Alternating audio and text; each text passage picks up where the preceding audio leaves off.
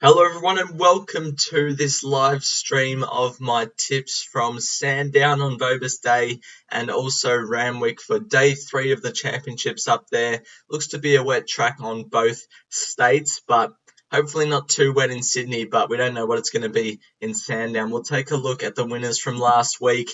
Slow start, very slow start, but Frankie Pino managed to run into a placing. White Marlin was able to get the job done, and a very exciting horse in the Easter Cup, and Alverdun was able to win the last. So it was a good end to the card. And in Randwick, we tipped Rosita at $14 if you were still watching by that time. So that was pretty good. But we'll get to the profit status, which we're just down by 4.6 units. It's a very small margin. Hopefully this week we can get back on track because we've had 5 good weeks in a row and looking to make it 6 in a row. Hopefully we can after the VOBIS meeting. So we'll get straight on with it. Race 1 is the VOBIS Gold Heath over the 2100 metres. This is usually the first race on VOBIS Day every year. And we'll start with Bel Toro. I like this horse. Was very good winning the Albury Cup. And the CS Hayes prior to that was good. I was all right behind CUC prior to that as well. The main query for me is that it's rising in weight from 54 to 59 kilos off its Albury Cup win. And if it gets to a really heavy track, maybe it might not be suited, but it's first use of the track, so I don't think it matters. Gate 6, good run, good chance, Bel Toro. El Patroness is a very interesting runner. Definitely brings the best form into the race. When last week it got beaten behind Dubai Honor and before that Cascadian. This is just my opinion, but I reckon they went to the Queen Elizabeth because Danny O'Brien thought it was going to be a really wet track, which is what El Patroness likes, and it ended up being a soft 7 and she didn't get anywhere near it. And now I reckon they would have had this race in mind.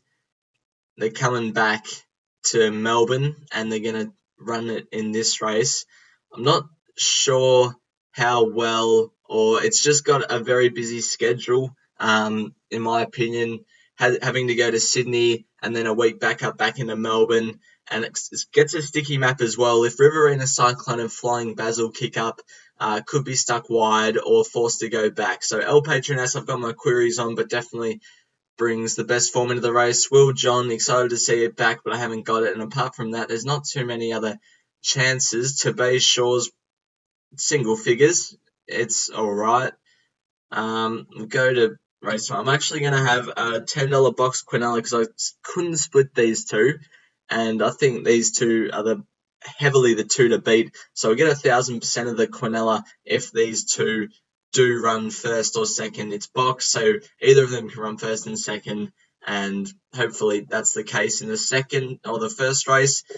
The second race is the VOBIS Gold Distaff for the fillies and mares over the 1,400 metres. Last year won by Comica for Mick Kent.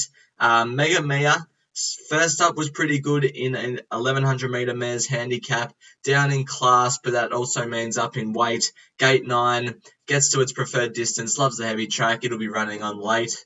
Good and Proper is my tip for the race. First up was pretty good behind Circle of Magic. Drops down slightly in weight, and although it is up in class a bit. If it gets to a really heavy track, I don't mind it, even though it's two for nothing on the heavy. This race here, it settled last and flew home, so it must have let down well in the wet. From gate 5, it can settle really close, and I think it's a good chance and definitely over the odds. I'm not sure why it's drifted so much. They've really backed Star of Chaos. In my opinion, has a bit of a sticky map, but is a heavy track winner and is a class horse. Belle Savoie is the favourite. I thought it was way unders at 225. Now getting up to 260, it's not bad, but still would like a higher price. It's pretty good on wet, even though it's never been tested on heavy. On a soft 7, it's done really well behind Carlisle. First up was solid / sound behind Foxy Frida and Show High. Draws gate 7, so we'll get to the outside and charge home. And second up, can be ready to win. I just think it's too short to have on. Geraldine's Jewels over the odds, so keep that safe. But apart from that, we'll go on to the selection, which I'm having 5 each way on Good and Proper. Just think it represents a lot more value than Belle Savoie, the favourite, at this early stage. So that's race number 2. Race number 3 is the VOBIS Gold Dash for the 3-year-olds over the 1,200 metres. El Padrino is gelded, which is the only good thing. I thought would have to improve a bit off its last campaign to be winning first up here, but it is gelded, so keep it safe. Fishin', I like its form, but it's never proven on a soft track, and 1,200 metres is a big query, so I can see why it's drifted out in price. She Dances, I'm happy to take on. Although it's won on a heavy track before, and it was pretty good last up behind What You Need, it's got a really wide gate, and there's a lot more pressure here. And that's about, I'm not sure what I'm trying to say now. That's about it. Like, it's drawn really wide. It's going to have to do some work to come across. Its form is pretty good, but there's some quality 3-year-olds in the race, and I just think it's under the odds at 270. My tip for the race is Nanagai. Its form, first up, something went wrong because it kind of run that bad behind Benedetta, and I had it that day, and Peter Moody knows, I think he's one of the best trainers in the country, the most reliable on horses with a let-up. Nanagai is an absolute swimmer. Gate 11 will be on the outside, the right part of the track, and out of the 2 Peter Moody horses, this one represents more value, so Nanagai is on top for me. Manhattan Thunder, I think, can run well. Also came through the Benedetta race, and out of that was good behind Squad and Lloyd's Crown at Sale. It can also race well. It's just drawn a tad wide. We'll have to get further back than Nanagai. Tanto, I reckon, is a good chance. 2 backbeat south of Houston very well at Sandown, and then came out and went to Adelaide. Gate 1's probably not the ideal gate, but I reckon it's slightly over the odds, and that's about it. So for race 3, the VOBIS Gold Dash, I'm just going to go 5 each way on Nanagai. Hopefully it can bounce back to best form, and I think it's over the odds. Race number 4 is the Galilee Series Final over the 2,400 metres, and this is a tough race. Northern Barrage is my on-top selection. Was very good late in the Ledger trial, so it would be very, very much suited up to the 2,400 metres. Mick Kent's good at training stayers as well. Before that was pretty good behind Pericles and Mr. Maestro in the Autumn Classic. It'll be running very well, and it'll be hard to beat. Midnight Glow would have to improve a couple of lengths, in my opinion, to win. I had it last out in the Ledger trial. It ended up being 3 wide no cover from gate 4, so I was disappointed about that, but still, I thought it would have to be improving a couple of lengths to win here. Night Sun was actually pretty good in the Ledger trial late. Jaws Gate 1 can settle closer. Sneaky chance. Highland Hill was off the screen a bit, but an eye-catching runner in the Ledger trial. Jaws well can be further forward for Dean Yandel. It can win. And Kentucky Nick as well is an alright chance. And even Roaring Engine. All these horses are good chances. Even Bengal Boy, I was contemplating whether to put him for a sneaky each way last start, good behind Moya Lass, and that's about it. So this is a very tough race, but I've just got to go with what I've seen from the form, and that is 10 to win on Northern Barrage. Hopefully it puts its best foot forward tomorrow. Race number 5 is the VOBIS Size Guineas over the 1,600 metres last year, won by Chartres for Matt Laurie. And we're going to take a look at the field for this year's. King's Consort brings the best form lines into the race, but whether it's ready first up at the 1,600 is another question. Had a trial over 1,190 metres, which it won. It can run well. Gate 11 will be settling back, however, so I'd have to get a long way back and have to be at its best first up, which has never won or got second in. I'm happy to take it on, but wouldn't be surprised if it won. Bel Air won the VOBIS Gold Reef last start. Should have won by further, got held up a bit. Before that was good behind Marble Arch, and even as the Gringotts form from 4 back. So Bel Air can run well. I'm not putting a line through it. Russian Dancer was good in the VOBIS Gold Reef, nearly beat Bel Air. It's in good form. Toronto Terrier I had in the VOBIS Gold Reef. Just got trapped 3 wide, no cover. And that's what cost it the race. Probably should have won if it had cover. Gate 2, I wouldn't be surprised if it won at all, but I haven't got it on top. I've got it in for second. Running By is my on-top selection in the race. I reckon this is the best form heading into this race. The Bendigo Guineas was very good late behind Waltz On By. Before that was just getting warmed up behind Benedetta in the English Sprint. Now third up at the 1600 metres. Ben Allen, gate 7, whoosh down the outside and win. She's a Tempest, I reckon, can run well as well. Just would have liked to see it drawn a touch better. But for race 5, the VOBIS size Guineas, we've gone 10 to win on Running By. Hopefully it can get the job done. Race number 6 is the VOBIS Gold Sprint over the 1200 metres, the first of the quaddy legs, and this one's pretty tough. Imperial Lad, it fell in at Bendigo with 51 kilos. Now it rises up to the 60 kilos, which I don't like, but it's in pretty good form, so I wouldn't write it off. I thought $23 was way over the odds when it first opened. Now into $9.50, that's a good price, or a better price on its ability. Lombardo, 60 kilos. You know what? It ran second in this race last year behind Regards Marie. It was probably going better last year than it is now. Draws a tad wide. I was happy to take it on. Stormbolt, very kind to me last start, winning the Grand Handicap Sprint. It's proven on heavy tracks. Well, I mean, it was a Bendigo 4-year-old and up maiden, so maybe it didn't have to be at its best to run well there. Still a slight query on a heavy track, maybe, but it's 1-2 on the trot. Gate 3, John McNeil. I've jumped off it, but I hope I haven't jumped off it at the wrong time, because it can easily win. My pick in the race is Outlaw's Revenge. Moves to the Daniel Bowman stable at Warrnambool. Warrnambool is really good for horses. The beach down there, they can stretch their legs, and they really like it. I mean, Flying Mascot adapted to it okay, and I think this horse can do the same. It's off a 5-week freshen up out of Adelaide Cup Day behind another award, and it's got some decent form before then. Gate 4, settle on speed and be hard to beat. The Jumbuck is another close second pick in the race for me. If it gets to a really bogged track, I'm not sure about its chances, especially Gate 1, but it ran in the Hoisted last start and did pretty well, and before that was a good winner in a benchmark 84 over 1200. Had a slight setback with an elevated temperature, but if it's gotten over that, it's good enough to win. Lafargue, off the week back up, so bit of X factor, but was comfortably beaten by Stormbolt prior. So for the first leg of the quaddie, the VOBIS Gold Sprint, I'm going 10 to win on Outlaw's Revenge at $4.80. That's how I'm doing it. Race number 7 is the big one. It's the showdown over the 1200 metres, $1 million race, and this is very, very tough. Butch Cassidy was pretty plain in the size produce behind Militarize. Before that, won a Mornington 2-year-old maiden, and then even before that was good behind Princess Dew Hallow. Not sure what to make of it. Back to the 1200 metres, gate 11. If they choose to go forward, it might have to do a lot of work to get to the front, and that might kill its chances. But if it takes a sit, it can finish off late.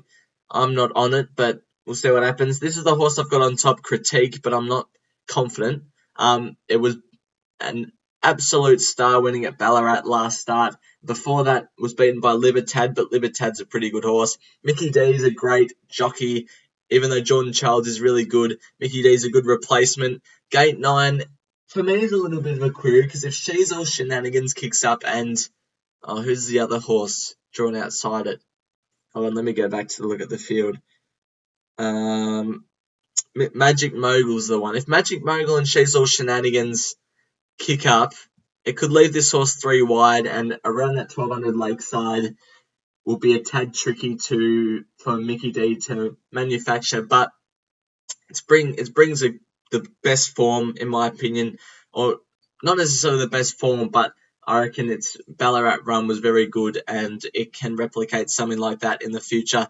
Heavy track, still a big query, which is why I'm not that confident. Magic Mogul, I thought, was slightly over the odds, dropping back to 1200. Arizona Activist was behind Butch Cassidy last start. She's All Shenanigans was good winning the VOBIS Gold Rush, and before that, good in the Cinderella. I was more than happy to take it on the weekend. I tipped it for the VOBIS Gold Rush, and it bolted in, but I'm just still not sure about it at a high-pressure 1200 race, especially at $2.90, so I'm happy to take it on. But it was good winning last start. Picky, I reckon, is a good chance. Was making late ground on She's All Shenanigans when the race was all over in the VOBIS Gold Rush. Was making some decent headway in the Blue Diamond Stakes towards the end. Gate 1, Bo Mertens can sneak ground, and although it's probably going to be the wrong part of the track come that time of the day, can run well. Treasure Way will be running on. Apache's Song they've backed on the week back up. I was happy to take it on at the price, or even though it was on the week back up, but we'll see what happens. Elphinstone could be the real improver, stand a bit for the first time, was finishing late, was a bit green in the VOBIS Gold Rush, so can improve.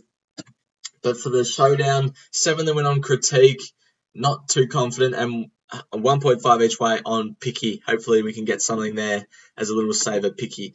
Race 8 is the VOBIS Gold Mile over the 1,600 metres, and my best bet of the day comes up in this race. And it's the horse that has learnt how to not win, and it's pinstriped. Yeah, I haven't been on this horse for a very long time, and I'm stepping back aboard it finally, and I'm very excited. 1 for 1 on the heavy track, loves swimming, is off the week back up off a decent Victoria handicap. Up to the 1,600 metres, I think it's looking for. Gate 2 can settle closer. 60 kilos the only issue, but it's the class runner in the race, so deserves to carry that weight, and that's my best of the day, pinstriped. Chartres won on this day last year. Soci Bon, I think, can run well, brings the premium form of the All-Star Mile, Blamey, Carline Cup.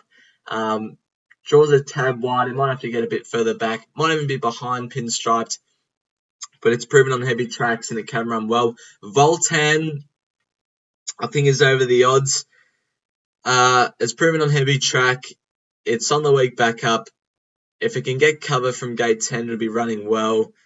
Apart from that, not much else doing. So just keeping it simple. Race out the VOBIS Gold Mile. Going 10 to win on pinstriped. Hopefully it can get back to some sort of its best form tomorrow as my best of the day. And race number 9, the benchmark 78 over 1,400 metres to round out the day. Called if it gets to an absolute bolt track, it can win. Obviously won the VOBIS Gold Eldorado on a heavy track. Pachero draws wide, will get back and run on. Probably prefers a dry deck, although it was good here in the heavy, so it's been backed. El Rocco, I think, can run well. Echuca Cup run was pretty good. Last start was just fair behind Not an Option, but from gate 10 down in class can win. So Risque, I thought, was slightly over the odds. Laura Lafferty claims the 3 down to 57.5 kilos. Won this race, which I thought it produced a good effort to win. 2 back, beating Conqueror and Deep Speed, and is a heavy track winner. My on-top selection for the race is Worsfold. I actually thought this horse would be very competitive if it went to the VOBIS Gold Mile in the previous race, but it's elected to come here, probably to have more of a chance of winning. If it gets to a really bulk track, maybe a slight query, but gate 4, all it needs to do is jump well, because it has a habit of missing the start. If it can just jump at least with them and hold a position midfield, I reckon it's the one to beat. It's a classiest horse in the field, but it just needs to jump. And if it can, I reckon it can win. Conqueror, I reckon's over the odds, although it's not a very big fan of the heavy track. Flash Flood will get back and probably have to trust again. It's good on heavy tracks. Ton of Grit brings the SF Sydney form and can win for John McNeil. Eagles Crags, the favourite, draws the car park.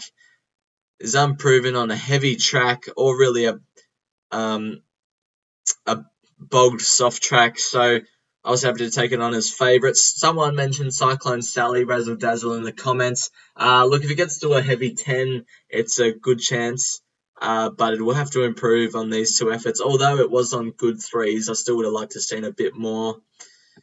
But for the last, I'm going 10 to win on Worsfold. As I said, just needs to jump well and it'll be in very good form. Now we'll switch across to Randwick for day 3 of the championships, and we've got 3 tips coming to you. And I'm sure you all know who that is. I'm not going to say the name. Last week, our big roughie was Rosita, and this week, our big roughie is this horse. Race 3, the benchmark 72 Midway over 1,400 metres. Number 2, Pandano at $23. Now, this horse drops down in class from its last two. Two back was really good behind Crosstalk at a big price in the Newcastle Stakes. With the 54 kilos, Reece Jones claims down to 58.5. Jaws Gate 14, so hopefully it can be midfield somewhere with cover. It'll be produced to win, and it likes soft ground. So I reckon Pandana's way over the odds and can win. Move on to the next tip. Race 7, the Group 1 Champagne Stakes. I'm going with the favourite Militarize for Jal Morera. Was really good winning the size Produce and just has to replicate that to be winning again. That should be pretty good. And the last tip is in the all-age stakes, number 12, Giga Kick. This horse, I reckon, is crying out for 1,400. Although it draws a tad wide, it might have to get a bit far back and concede starts to good horses like Zaki. I reckon it's a good chance of winning Giga Kick and storming over the top, especially with the extended 1,400 metres. It can run well. But those are my tips for Sandown and Randwick on Saturday tomorrow. Hope you enjoyed, and hopefully we get a fair amount of winners. See you next week for a preview of Mornington Cup Day.